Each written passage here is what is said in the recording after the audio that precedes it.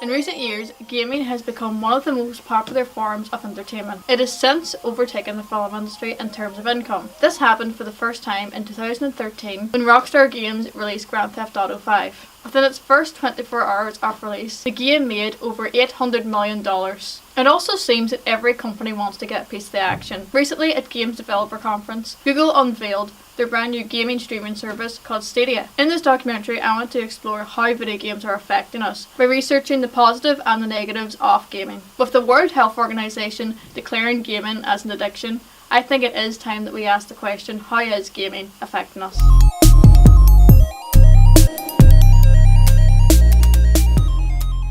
In 2019, it was found that in the UK, on average, young people aged 18 to 25 spend around 6 hours a week playing video games. In the summer of 2018, the World Health Organization declared that gaming can cause a gaming disorder. They announced that a gaming disorder can be defined as a pattern of gaming behaviour characterised by impaired control over gaming, increasing priority giving to gaming over other activities, to the extent that gaming takes precedence over other interests and daily activities, and the continuation or escalating of gaming despite the occurrence of negative consequences. Gaming can be very addictive, just like drugs, alcohol, or gambling. Gaming is just as addictive as these things because it triggers the same reward centre in the brain. This reward centre is responsible for releasing dopamine, which is referred to as the feel-good chemical. However, a gaming addiction slightly differs from other addictions because rewards are easier to obtain,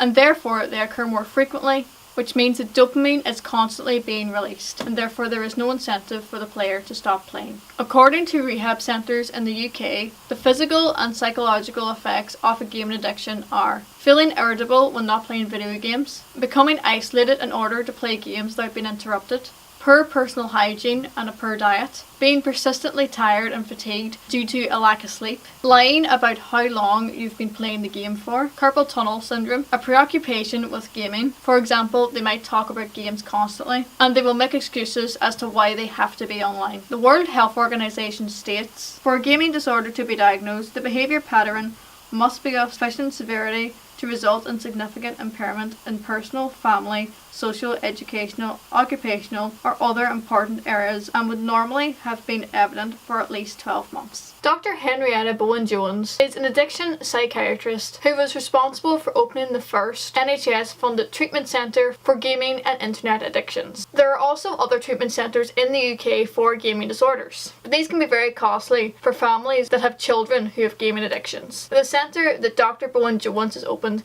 it gives families an opportunity to give their children the support that they need. Dr. Bowen-Jones said, "Gaming disorder is finally getting the attention it deserves. The distress and harm it can cause is extreme, and I feel a moral duty on behalf of the NHS to provide evidence-based treatment these young people and their families need." When the centre first opened in September, there was a group of 15 young people that were selected to take part in a trial. Henrietta Bowen-Jones also said, "We are unlikely to witness an epidemic of young players with an addiction to gaming, but for the ones who do struggle, the Centre for Internet Disorders will be a life changer." Dr. Henrietta Bowen-Jones has also proposed to introduce a 6-point classification system that will assess the addictive risks of certain games. This rating could be printed on the box along with the PEGI age rating, or displayed in the game's download page. This rating would give the parents more information on how addictive a game may be for their child. It is also important to state that gaming addictions are also not very common, and they will only affect a small minority of gamers. Even the World Health Organization states, "Studies suggest that gaming disorder affects only a small proportion of people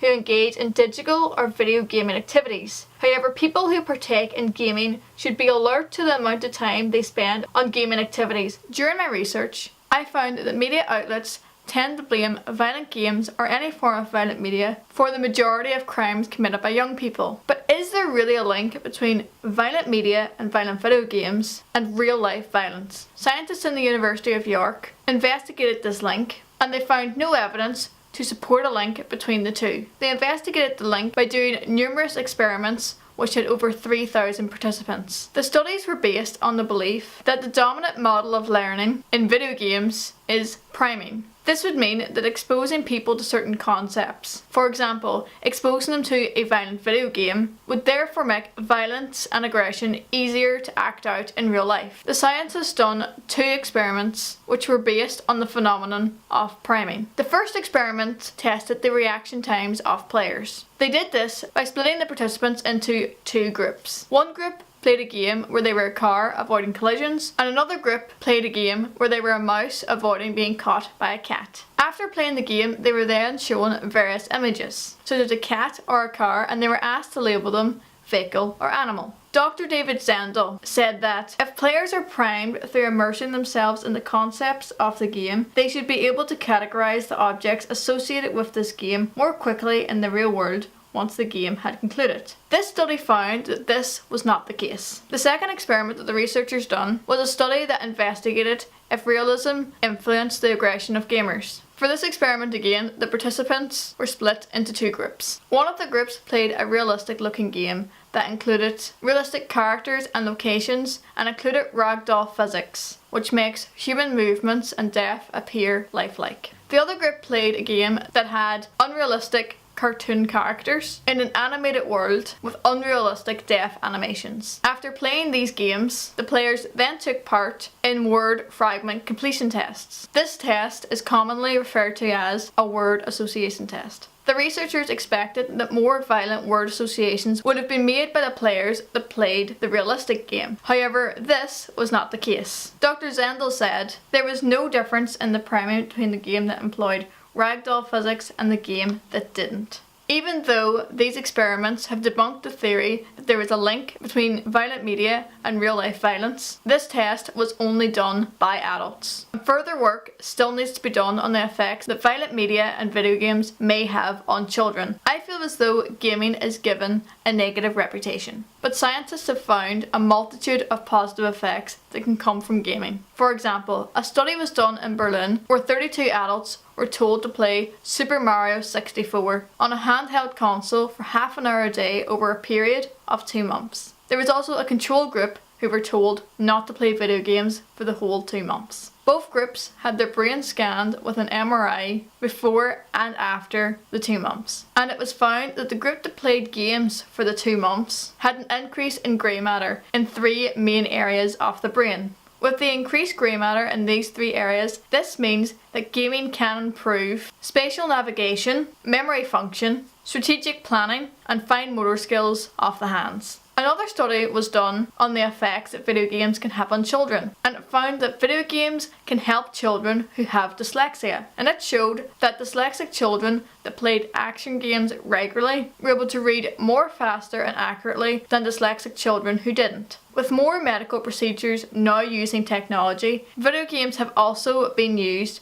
to help surgeons learn how to use new equipment. A study was done and it showed that trainee surgeons who had previous exposure to video games made fewer mistakes and completed surgeries faster than those who were not exposed to video games. However, just like everything in life, there's also a negative side. As we've already explored, some people are susceptible to becoming addicted to video games. However, there still can be negative effects for those who aren't addicted to gaming. The majority of people who play video games are playing them sitting down, and sitting down for long periods of time can be detrimental for your health. For example, studies have shown that sitting down for long periods of time can cause an increase in the risk of developing type 2 diabetes and cardiovascular diseases. Another study done on over 200,000 Australian adults showed a strong correlation between mortality and the amount of time spent sitting down. It is very important that young children spend enough time outside in order to soak up the sunlight and absorb a vitamin called vitamin D. Vitamin D is vital for the body to absorb calcium, which will aid the growth of strong bones and teeth. So playing video games in moderation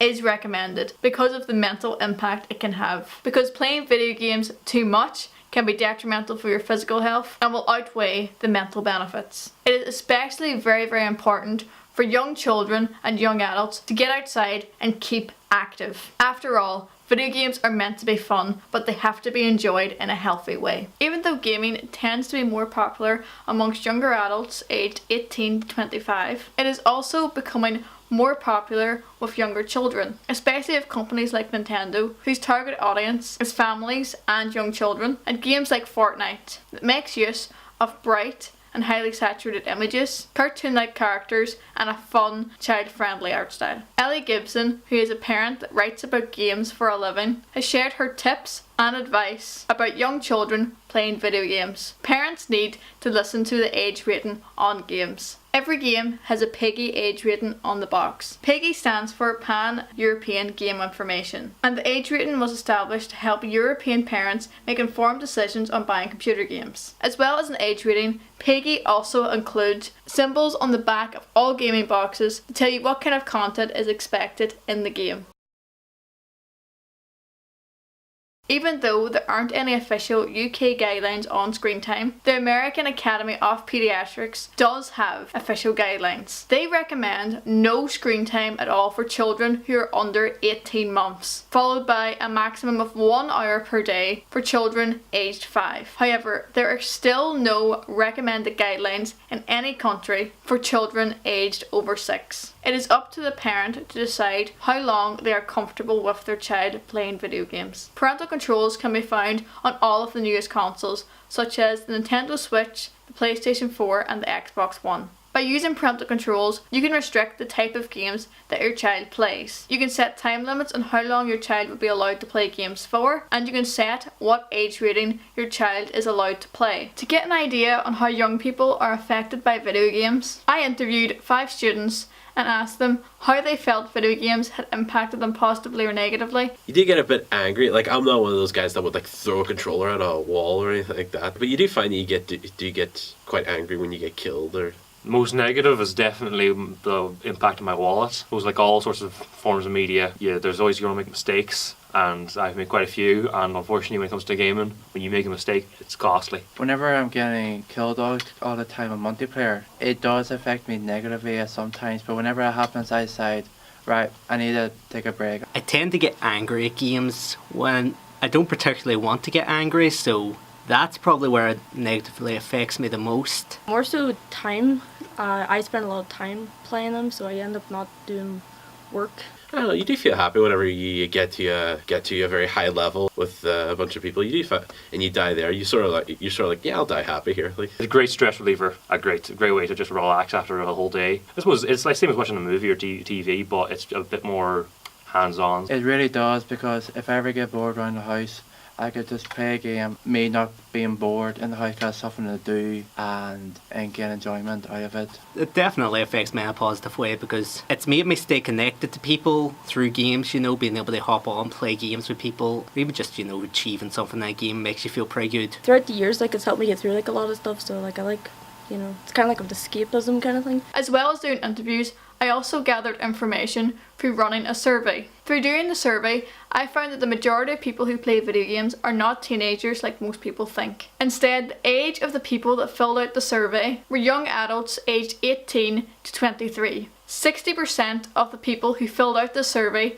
fell into this age bracket. The oldest gamer to fill out the survey was aged 46, and the second largest age bracket to fill out this survey was ages 24 to 30. The most popular games among this group of gamers tended to be first-person shooter games or games that included other forms of violence. For example, in the survey I asked gamers what types of games that they like to play, and the top 5 games were GTA 5 with 27 people saying they play it, Call of Duty with 26, Red Dead Redemption with 25, Assassin's Creed with 24, and Spider-Man with 21. My results also showed how uncommon a gaming addiction actually is. Only 20% of people said they had a gaming addiction, and only one person reported that they had been treated professionally for their addiction. The gamers who took the survey also reported to have more positive effects than negative effects. For example, 87.3% of people that took the survey said that they had no negative impacts from playing video games. Only 5.5% of people reported negative effects. The negative side effects that were reported from the survey were that gaming can be addictive and cause headaches and nausea. One person also said that they felt young people may be influenced by the wrong stuff on gaming. This response particularly stood out to me because it just goes to show that the belief that video games can cause real life violence is still prevalent in modern society. 60% of people who took the survey said that they felt that it impacted them positively. For example, some of the positive side effects that were reported were people said that video games helped them to relax, relieve stress, stay in contact with friends and make new friends, and it has helped improve people's confidence, hand-eye coordination and problem-solving skills. This again shows that gaming can have so much positive effects if it is played in moderation.